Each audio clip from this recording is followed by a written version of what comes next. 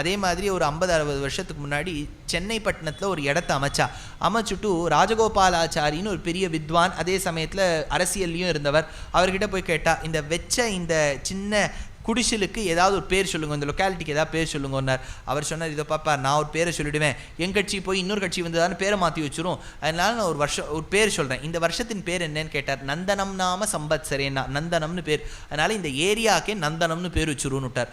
ஏன்னா இந்த பேர் அந்த தலைவர்கள் பேர் வச்சாதானே தகராறாயிடும், அதனால் இந்த இடத்துல காண்டவ பிரஸ்தம்ங்கிற பேர் போய் இந்திரபிரஸ்தம் அப்படின்னு பேர் ஏற்பட்டதாம். இப்போ கண்ணன் பிரிந்து செல்கின்றார் பாண்டவர்களை. ஏன்னா துவாரகாவுக்கு போகணும், எவ்வளோ நாள் அவர் அட்மினிஸ்ட்ரேஷன் இன்னொருத்தர்கிட்ட பவர பட்டானியை கொடுத்துட்டு வர முடியும், அதனால் அவர் போகணும். இப்போ சுபத்ரையை பிரிந்து செல்கின்றார். தன்னுடைய தங்கையை பிரிந்து செல்லும்போது கண்ணெல்லாம் ஜலமாம். உவாச்ச பகவான் பத்ராம் சுபத்ராம் பத்ரபாஷினீம், அழகாக பேச்சு தேனில் தோய்ந்தவையான வார்த்தைகளை கோர்த்து பேச்சு சாமர்த்தியத்தோடு கூடி அந்த சுபத்ரையை விட்டு பிரிந்து செல்கின்றாராம் பகவான். இப்போது பெருமாள் பிரிந்து செல்லும் போது யுதிஷ்டிரன் சொன்னாராம், ரதத்தில் கொஞ்சம் தூரம் நானும் உன்னோட வரேன் கிருஷ்ணா, அதாவது ஆத்துக்கு யாராவது வந்தா கூட கொஞ்சம் தூரம் போயிட்டு வாழ விட்டு விடணுங்கிற அந்த சாஸ்திரத்தை இந்த வியாசாச்சாரியால் கொண்டு நிறுத்துறார் பாருங்க. அதில் தான் பேசிற்றே பேசும் ஏககண்டர்கள்னு பேர். ராமாயணத்தில் சுந்தரகாண்டத்தில் ஹனுமார் ஜாம்பவானின் ஊக்குவிக்கலின் பேரில் பறந்து செல்ல வேண்டும் என்று நினைத்தார். அவர் பறந்து செல்லும் போது சுற்றிலும் இருக்கக்கூடிய செடி கொடிகளும் சிறிது தூரம் பறந்து சென்று கொஞ்சம் தூரம் போயிட்டு கீழே விழுந்துதான். வால்மீகி கொஞ்சம் தூரம் செடிகள் மேலே போயிட்டு கீழே விழுந்ததுன்னு சொல்லணும். அது எந்த மாதிரி சொல்லணும்னு கேட்டால், ஆற்றுக்கு யாராவது விருந்தாளி வந்தால் அவளை 7 படி வாசலை விட்டுட்டு வெளியில் அமுச்சுட்டு போயிட்டு வாங்கோன்னு சொல்கிற மாதிரி ஹனுமார நீ லங்கைக்கு போயிட்டு வான்னு அந்த திருக்குறுங்குடி மகேந்திரகிரி பர்வதத்தில் இருக்கக்கூடிய செடி கொடிகள் அமுச்சு வச்சுட்டு வந்துதான். வந்ததை தான் போகும்போது கதவை சாத்திண்டு போங்கோ, தேவையில்லையே, இது நல்லா இருக்கு இல்லையா? அதனால்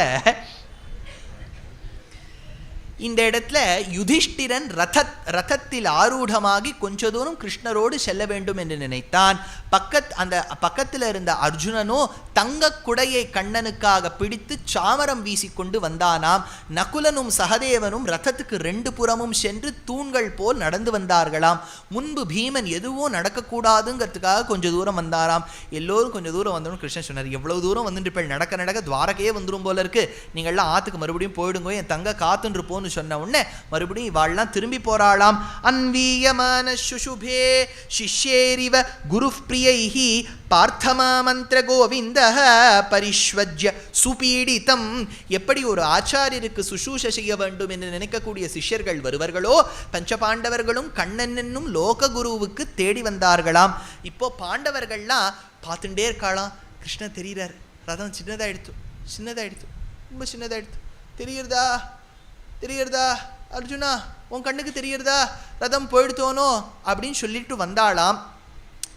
ரதம் கண்ணு கெட்டின தூரம் வரைக்கும் போற வரைக்கும் கண்ணு பின்னாடி போச்சான். கண்ணு கெட்டின தூரத்தை தாண்டி ரதம், கிருஷ்ணருடைய ரதம் போனோன்னா அவ மனசு அவன் பின்னாடி போச்சுன்னார் வியாசர்.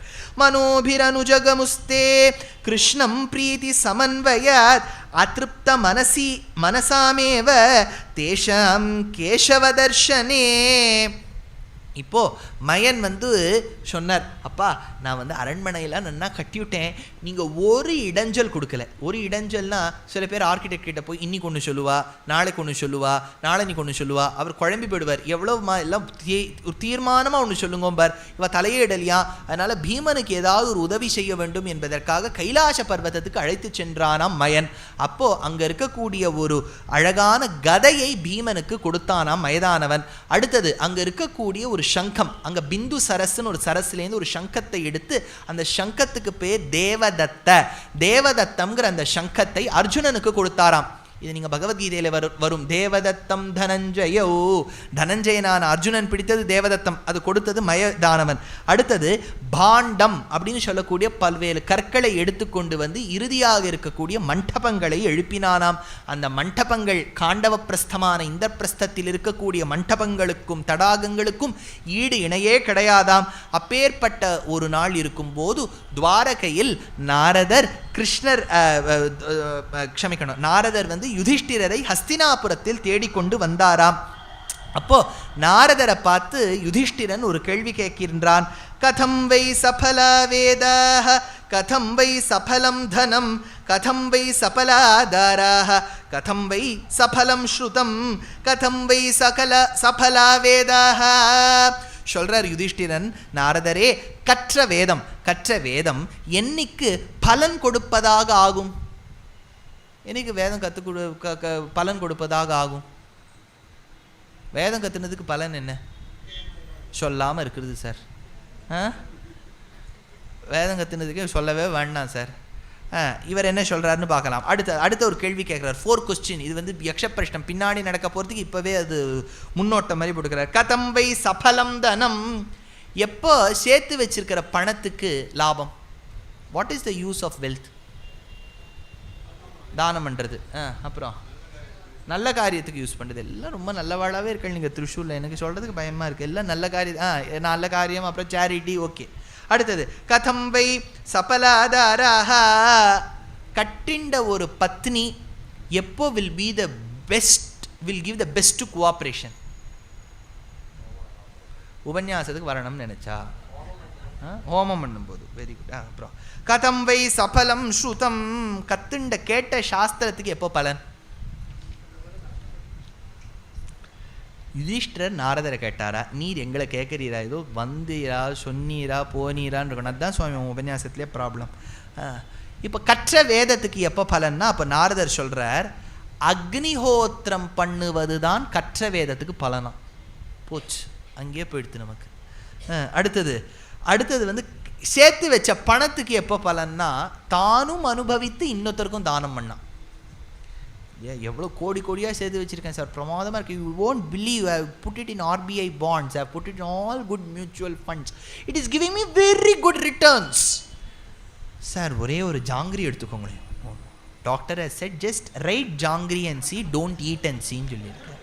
போச்சு, சேர்த்து வச்ச பண்ணதுக்கு பிரயோஜனமே இல்லாமல் போயிடுது. ஜாங்கிரி எழுதி தான் பார்க்க முடியும், சாப்பிட்டு பார்க்க முடியாதுன்னா. அதனால் தானும் அனுபவித்து பிறருக்கும் ஏதாவது கொஞ்சம் தானம் பண்ணணும் இல்லையா? பல பேர் சொல்லுவாங்க charity begins and ends at home அப்படின்றவா. Begins at home okay, ends at ஹோம்னா தான் தப்பு. அதனால் கற்ற அந்த சேர்த்து வச்ச பணத்துக்கு பிறருக்கும் தானம் செய்து தானும் அனுபவித்தால். அடுத்தது சொல்கிறார் என்னன்னா, எப்போது கல்யாணமானது கைகூடும் என்று சொன்னால் சொல்கிறார், பத்னியோடு தான் சௌமனஸ்யத்தோடு இருப்பது. சௌமனஸ்யம்னா என்ன? அதாவது போக போக போக போக both their likes and dislikes should match.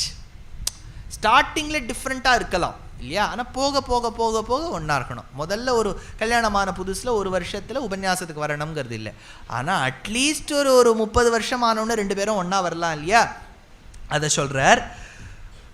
அடுத்தது சொல்கிறார், ஒரு பிள்ளையை ஈன்றெடுக்கும்போது கடைசியில் சாஸ்திரம் கற்றதற்கு என்ன பலன் அப்படிங்கிறார். அது சொல்கிறார், எப்போது சாஸ்திரம் கற்றதற்கு வினயம் வருகின்றதோ அப்போதான் கற்றதற்கு பலன். அக்னிஹோத்திர பலா வேதாக தத்த புக்த பலதனம் ரதிபுத்திர பலாதாராக ஷீலவிருத்த பலம் ஸ்ருதம் அப்படின்னு சொல்லி முடிக்கிறார். இப்போ சொல்லி முடிச்ச உடனே யுதிஷ்டிரன் அப்போ தான் தீர்மானம் பண்ணுறார், ஒரு ராஜசூய யாகம் பண்ணணும். ஏன்னா அவர் சொல்கிற கற்ற வேதத்துக்கு ஏதாவது பலன் இருக்க வேணாமா? ராஜசூய யாகம். அந்த ராஜசூய யாகத்தை பத்னியும் இருக்கணும். அதனால பத்னி இருந்தும் பலனாகிவிடும். ச நிச்சயார்த்தம் காரியஸ்ய கிருஷ்ணமேவ ஜனார்தனம். அடுத்தது இப்போ கிருஷ்ணர் தான். ஒருவேளை இந்த லைட்டை கொஞ்சம் அணைச்சா குறையுமோ?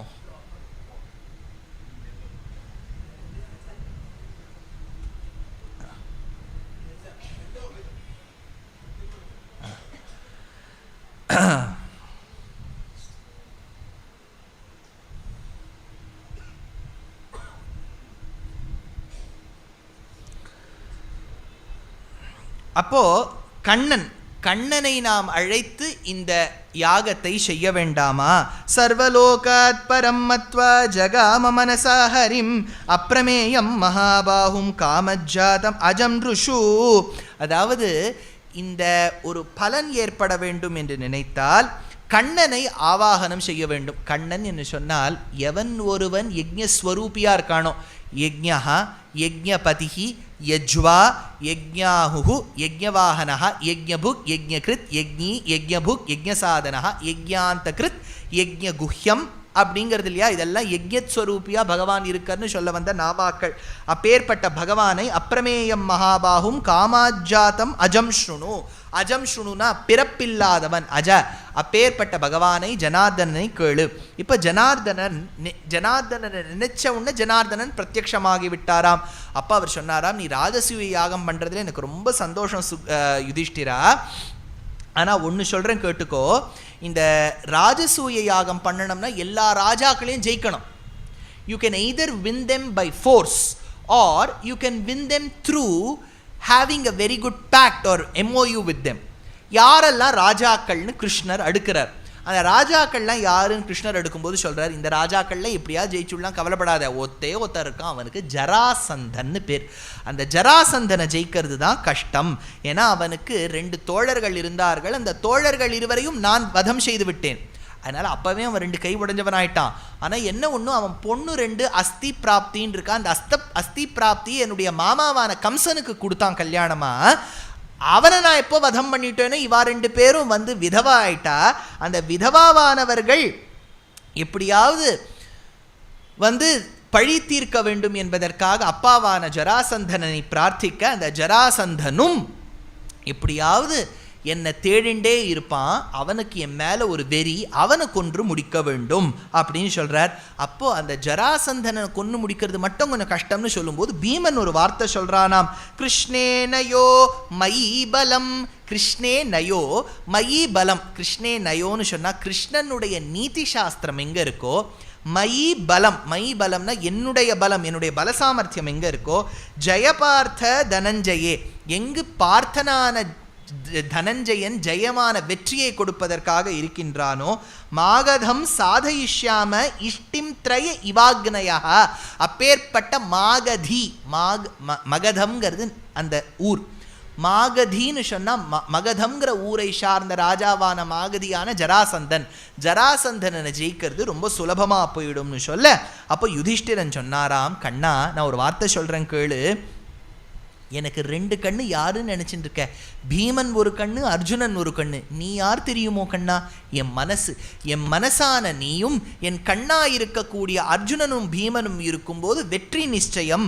பீமார்ஜுன விவௌ நேத்ரே மனோ மன்யே ஜனார்தனம் மனச்சக்ஷுர்விஹீனஸ்ய கீத்ருஷம் ஜீவிதம் பவேத். அடுத்தது சொன்னார்,